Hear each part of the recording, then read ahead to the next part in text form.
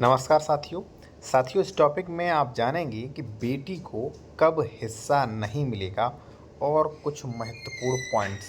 ठीक है, जैसे देखिए ये जो वीडियो है काफ़ी इम्पोर्टेंट है और विद प्रूफ है। जो भी पीडीएफ हैं, जो भी कानून के पीडीएफ हैं संबंधित हमने यहाँ पे मेंशन किए गए हैं ताकि आप लोग यकीन हो सके। ठीक है, और आप स्क्रीनशॉट भी ले सकें। और देखिए, अगर आप किसी मैटर पर विशेषज्ञ द्वारा कानूनी सलाह लेना चाहते हैं किसी भी मैटर में, तो कॉन्टैक्ट नंबर वीडियो की डिस्क्रिप्शन में मिल जाएगा।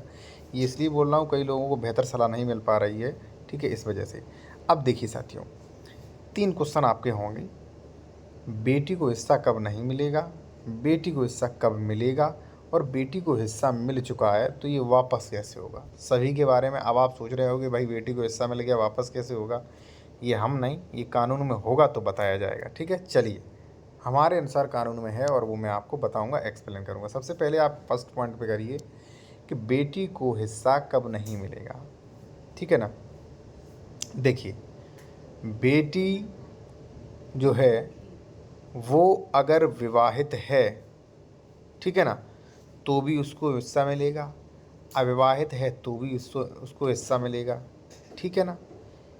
अब आप कहोगे सर ऐसे तो बेटियों को हिस्सा मिलेगा। हाँ, 100% मिलेगा। लेकिन अब देखिए, कानून वही चीज़ है, कानून में अपवाद बहुत भरे पड़े हैं।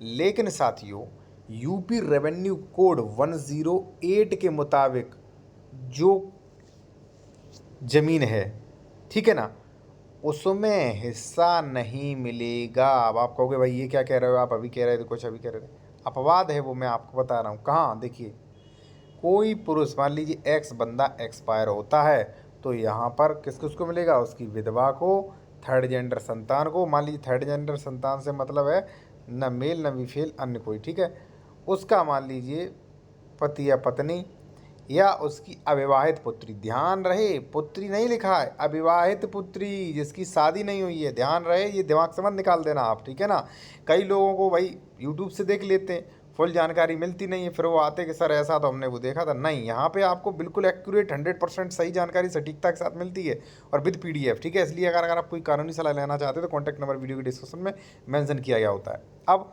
अविवाहित पुत्री को मिलेगा, ध्यान रखना, मेंशन अविवाहित है, विवाहित नहीं। ठीक है, अब आगे बढ़िए, तब मैं आपको सब समझ में आ जाएगा। थर्ड जेंडर संतान, पुत्र, और यहाँ पे मतलब पुत्र जाति वंशज जो भी मान लीजिए शाखा है उसके जितने भी नीचे क्रम है उस सबको मिलेगा। ठीक है, जैसे मान लीजिए कोई पुत्र है, पुत्र एक्सपायर हो गया तो पुत्र के पुत्र को मिलेगा। अब देखिए, मान लीजिए प्रथम वर्ग में कोई भी जीवित नहीं है, विधवा नहीं है, वाहिद पुत्री नहीं है, पुत्र नहीं है, फिर उस व्यक्ति के मिलेगा माता और पिता को।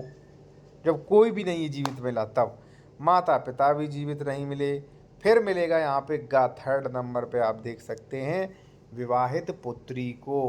तो समझ गए आप कब नहीं मिलेगा, मुझे लगता है समझ गए होंगे आप। ठीक है, अब है साथियों सेकंड कि बेटी को हिस्सा जो है वो कब नहीं मिलेगा। ठीक है ना, अब वो देखिए मैंने आपको बताया कब मिलेगा या कब नहीं मिलेगा, आप समझ गए होंगे। ठीक है ना भाई, अगर मान लीजिए ये वाली ज़मीन है तो नहीं मिलेगा। ठीक है, यूपी रेवेन्यू कोड लागू होता है जिस पर, और बाकी की ज़मीन है तो उस पर मिलेगा। 100% संशोधन हो गया था 2005 में।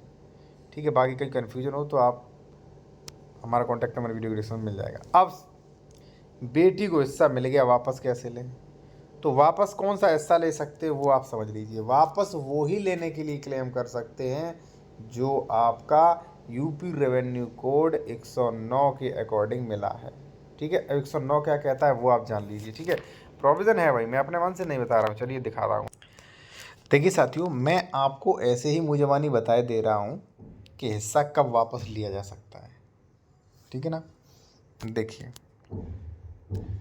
अगर कोई एक्स प्रॉपर्टी है, ठीक है मान लीजिए, और वो मान लीजिए अविवाहित बेटी है, अविवाहित, ठीक है ना, अविवाहित है, इसको मिल गई थी 5 बीघा ज़मीन।